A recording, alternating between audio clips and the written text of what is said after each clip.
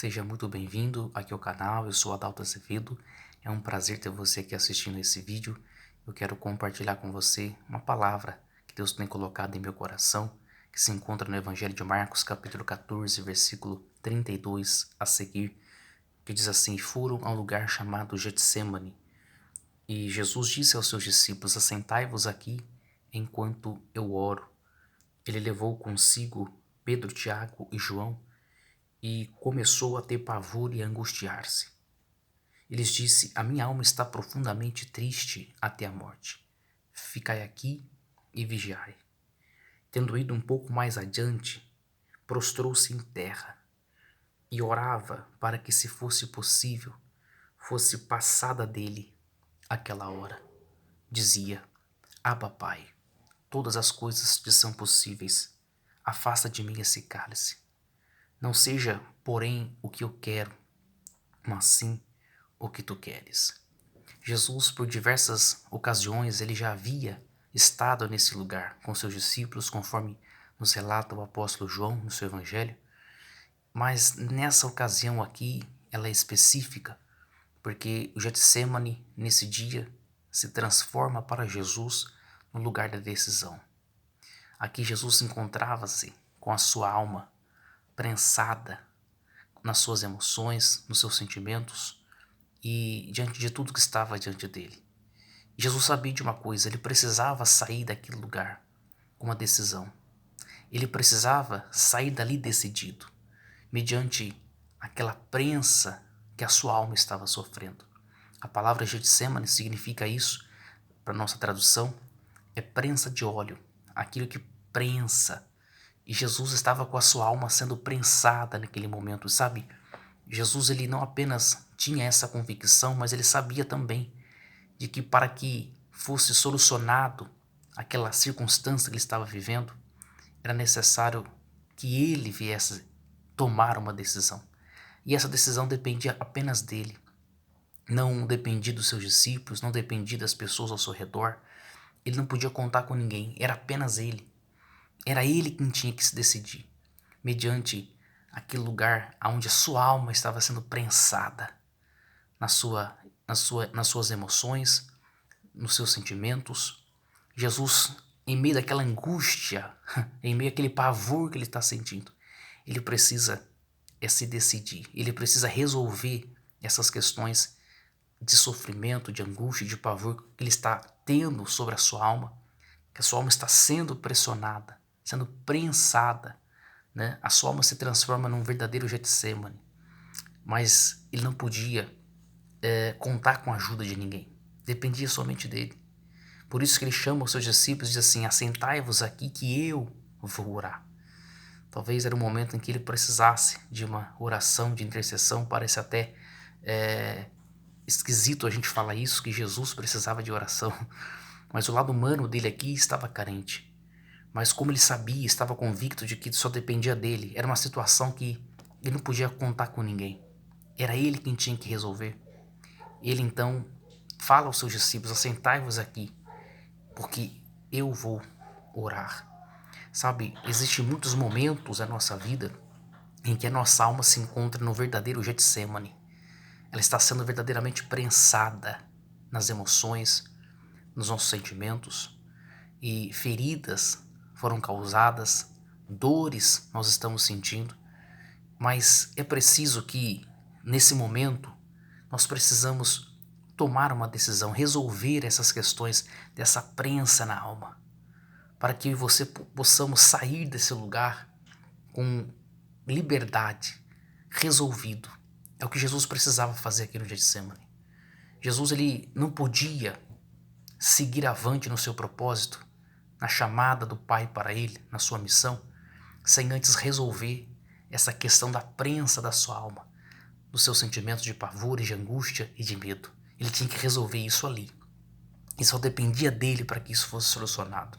E uma vez que aquilo fosse resolvido e solucionado, ele então conseguiria ter clareza, ter também destreza e vigor para avançar sem retroceder diante da missão, diante do propósito que o Pai estava lhe dando.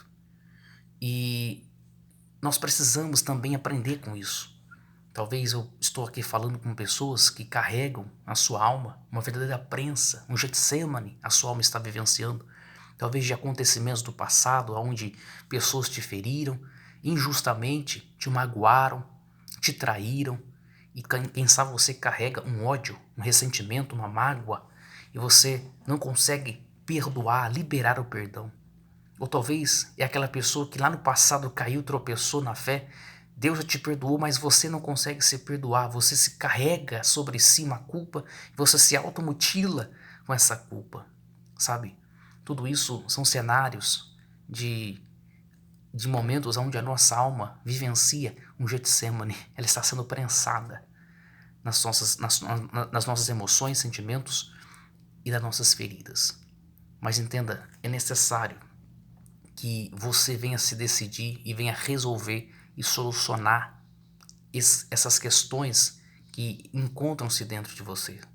Porque enquanto isso não acontecer, você não vai conseguir se desprender, ter a sua vida livre, ter a sua vida onde venha fluir os propósitos de Deus, os desígnios de Deus. Aí você tenta avançar para o propósito, você tenta avançar para a chamada de Deus na sua vida, você tenta avançar para os projetos de Deus para a sua vida, mas você se sente preso, você se sente amarrado. É porque enquanto não for resolvido essa questão do Getsemane da sua alma, enquanto você não resolver essas questões das feridas, das dores, dos ressentimentos, das mágoas, da angústia, do medo, do pavor, enquanto você não solucionar isso, resolver isso dentro de você, você não vai conseguir sair com foco, com visão no seu alvo, no seu objetivo. E não apenas isso, mas conseguir êxito no propósito que Deus estabeleceu para a sua vida. Aí você pode perguntar, mas puxa, como que eu vou resolver isso? Como que eu soluciono no momento que eu estou vivendo o Getsemane da minha alma? Jesus nos traz aqui o modelo e o exemplo. Jesus ele diz assim, assentai-vos aqui enquanto eu oro. E é na oração, e foi na oração, no ambiente da oração, que Jesus conseguiu tratar com aquele medo, com aquela angústia e com aquele pavor que estava prensando a sua alma. Meu irmão, minha irmã, é exatamente no ambiente da oração que você irá conseguir resolver esse Getsemane que a sua alma está vivendo, essa prensa na sua alma, das suas feridas, das suas angústias, das suas mágoas, ressentimentos, ódios, culpa, seja o que for que prensa a tua alma, as suas emoções, os seus sentimentos, seja lá o que for, só depende de você para isso se solucionar. E isso vai ser solucionado no ambiente da oração, porque Jesus ele sabia disso. Ele disse, assentai-vos aqui enquanto eu oro.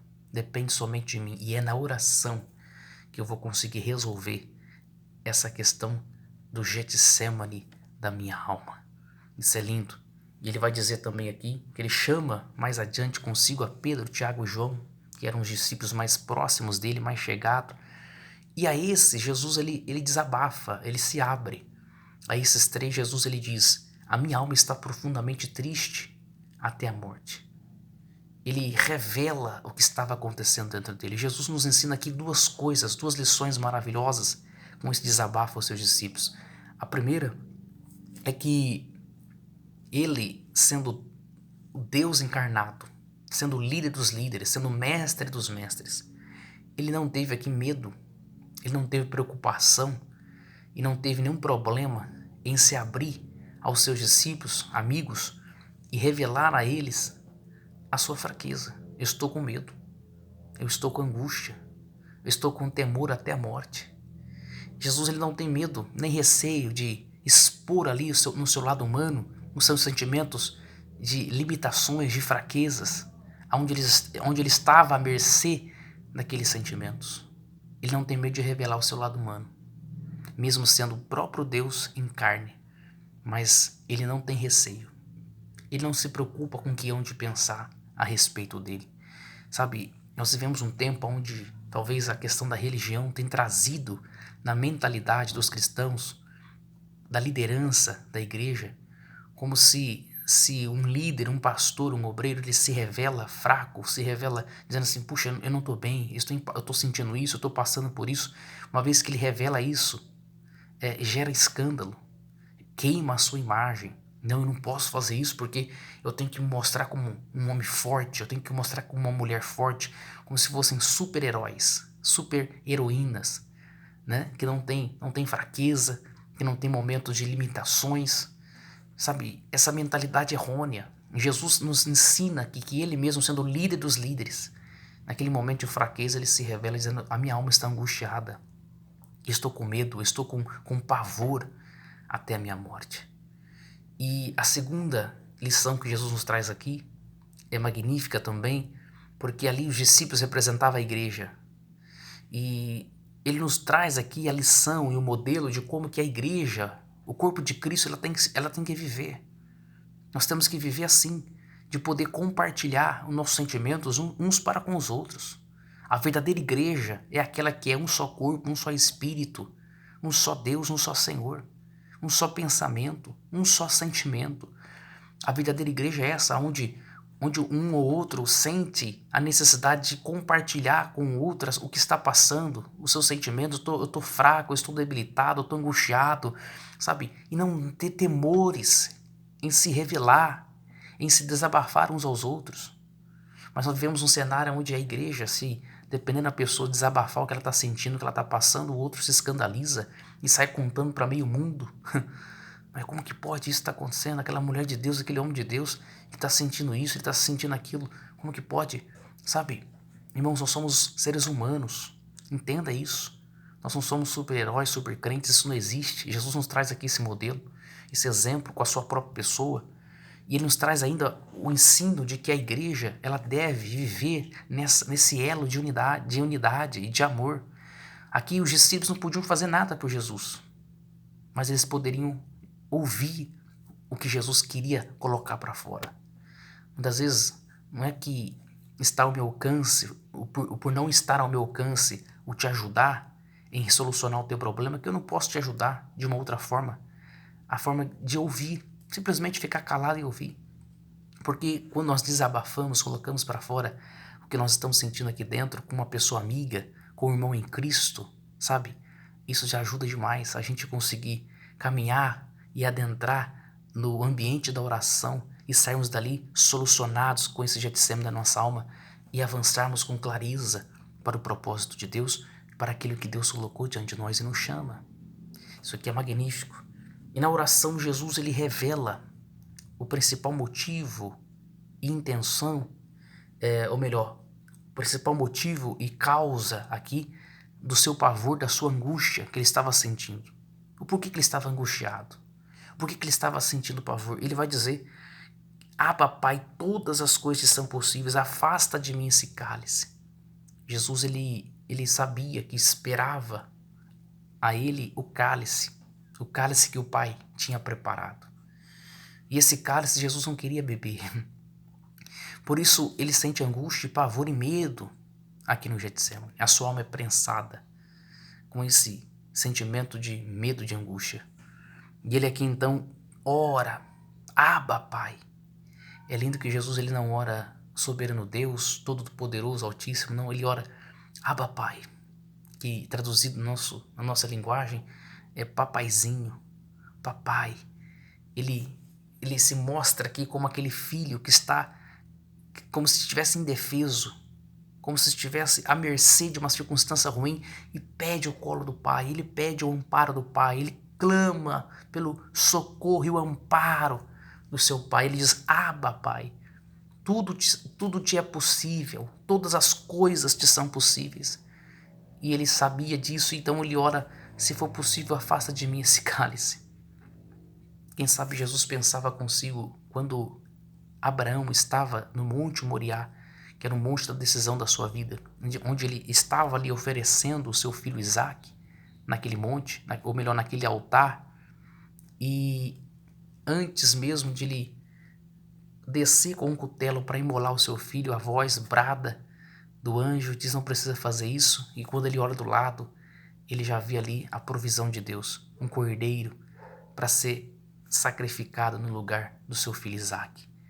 Quem sabe Jesus pensava lá no monte da decisão, com Abraão, houve livramento. Deus criou um caminho. Quem sabe aqui tudo é possível, Pai. Alguma coisa possa acontecer para que o cálice possa ser passado de mim. Mas a questão é que nesse momento aqui, Jesus ele representava o próprio Cordeiro. O Cordeiro que foi provido pelo próprio Deus para morrer em nosso lugar. E o cálice que Jesus não queria beber, qual era esse cálice? Esse cálice era apenas o cálice da dor, o cálice da vergonha, o cálice da humilhação, o cálice do sofrimento, o cálice da angústia. Qual era o cálice que Jesus não queria beber? Eu lhe asseguro que o verdadeiro cálice é o cálice da separação. Porque Cristo sabia que no momento que ele estivesse ali na cruz, o pecado de todos nós, da humanidade toda, estaria sobre ele. E ele então, uma vez pregado no madeiro, ele se faria maldição por nós. Uma vez que isso acontecesse, ele estaria em trevas, se tornaria, se converteria em trevas ali na cruz. E o Pai Todo-Poderoso é luz, que não coabita com as trevas, não se relaciona com as trevas. E naquela hora em que ele estivesse pregado, ele sabia que o Pai não poderia mais estar unido a ele, porque ele estaria convertido em trevas e o Pai é luz. O cálice da separação do Pai, Jesus não queria beber. Ele não queria estar separado do Pai. Ele não queria estar distante do Pai. Isso aqui é muito forte. Então ele geme na sua alma. E ele diz, Pai, se for possível, passa de mim esse cálice. O cálice da separação. Onde naquela cruz, quando Jesus estava ali feito oferta pelo pecado, em nosso lugar, quem sabe naquele momento deixaria a trindade de ser trindade, seria Pai e Espírito Santo, porque Jesus, o Filho, estava envolto em trevas, com o meu pecado, com o seu pecado, com a nossa culpa, com a cédula de dívida que estava contra nós cravada sobre a vida dele, sobre ele naquele lugar, sobre ele naquela cruz. Jesus sabia que essa separação iria acontecer, então ele não quer beber esse cálice. Todavia, ele diz, seja feita a tua vontade e não a minha. Sabe, o que é mais forte nisso tudo é que Jesus ele se separou de Deus para que eu e você nos uníssemos ao Pai. Ele se separa do Senhor para que eu e você pudéssemos nos unirmos a Ele. Jesus, ele naquele momento, ele consegue ser fiel até o fim. Ele bebe até a última gota do cálice quando ele está crucificado. E ao terceiro dia, quando o Espírito de Deus o ressurge dentre os mortos, aleluia, ele ressurge triunfante, ele ressurge vitorioso, ele ressurge dentre os mortos com a vitória nas mãos e podendo agora, através dele, através desse ato, porque ele escolheu beber o cálice, de se separar e ser fiel até o fim, levar sobre si as nossas culpas, nossos pecados, ele agora ressurge triunfantemente e através da sua pessoa vitoriosa sobre a morte e sobre o pecado. Nele nós passamos a conseguir esse elo de ligação e de reconciliação com o nosso Pai, com o nosso Deus Todo-Poderoso. Veja que importância, veja que coisa gloriosa foi essa decisão que Jesus teve ali no Getsemane. E é tão lindo que Jesus, ele uma vez que venceu, uma vez que ele ressurgiu dentre os mortos, uma vez que ele foi oferecido para todo sempre, o seu sacrifício terá poder sobre a minha vida, o seu sangue terá poder sobre a sua vida, de nos remir, de nos purificar, de nos justificar diante do Pai. A pergunta que o Espírito Santo faz a mim, faz a você aqui, nesse momento, diante desse vídeo, é essa. Jesus, ele não reteve, não se deteve em não beber o cálice. Ele bebe o cálice até a última gota. Ele se separa do Pai. Ele abre mão da sua vontade para viver a vontade do Pai. para que você pudesse nos unir ao Senhor, para que você pudéssemos ser reconciliados com Deus. Agora a pergunta que o Espírito Santo faz ao nosso coração é essa: até quando nós iremos resistir a um amor tão grande? Até quando nós estaremos resistentes a uma obra de graça, de salvação tão maravilhosa como essa? Se Ele, nós não merecendo, Ele bebeu, Ele escolheu beber o cálice de se separar do Pai para que você pudéssemos nos unir. Veja que obra de graça e de amor para com a minha vida e para com a sua vida. O que nós temos que fazer diante disso é sermos constrangidos pelo amor de Deus, sermos constrangidos por essa decisão de Cristo, de ter aceito beber o cálice, e que eu e você possamos decidir hoje entregar a nossa vida de todo o nosso coração, corpo, alma e espírito ao Deus Todo-Poderoso. Você deseja se decidir nessa oportunidade em que você assiste essa mensagem? Eu quero fazer uma oração juntamente com você. Quem sabe você está afastado, você deseja reconciliar, ou você nunca ouviu falar de Jesus, nunca aceitou a Cristo, você deseja entregar a sua vida a Ele, se decidir entregar totalmente a Ele, porque Ele se entregou naquela cruz por amor a você. Eu quero orar juntamente contigo nesse momento. Pai, em nome de Jesus, eu oro neste momento para que essas vidas que estão orando comigo possam ser abençoadas, pessoas que entenderam a compreensão desse amor, dessa decisão preciosa, valiosa que o Senhor tomou naquele lugar do Getsemane, Senhor, de escolher beber o cálice da separação, para que nós fôssemos unidos, para que nós fôssemos reconciliados. E hoje, meu Pai, esse teu filho está dizendo: eu te aceito como meu único e suficiente Salvador. Eu decido me entregar a Ti de corpo e alma e coração. Quem sabe há pessoas reconciliando, Senhor, que o Senhor possa fazer a Tua obra nessas vidas. No nome de Jesus eu oro. Eu peço que a Tua bênção recaia sobre eles, a alegria da salvação recaia sobre eles. E também, meu Pai, que a Tua paz, a verdadeira paz que só o Senhor pode nos dar, venha também reinar sobre cada coração, em nome de Jesus. Amém? E graças a Deus, que Deus abençoe a sua vida. Sinta-se abraçado, sinta-se beneficiado pela obra do Calvário na sua vida, uma vez que você então já se decidiu entregar-se sem reservas a esse Deus amoroso, a esse Deus bendito e que já tem preparado para mim e para você lá na eternidade um lugarzinho junto dele, tá bom? Deus abençoe a sua vida e até o próximo vídeo, assim permitindo Deus.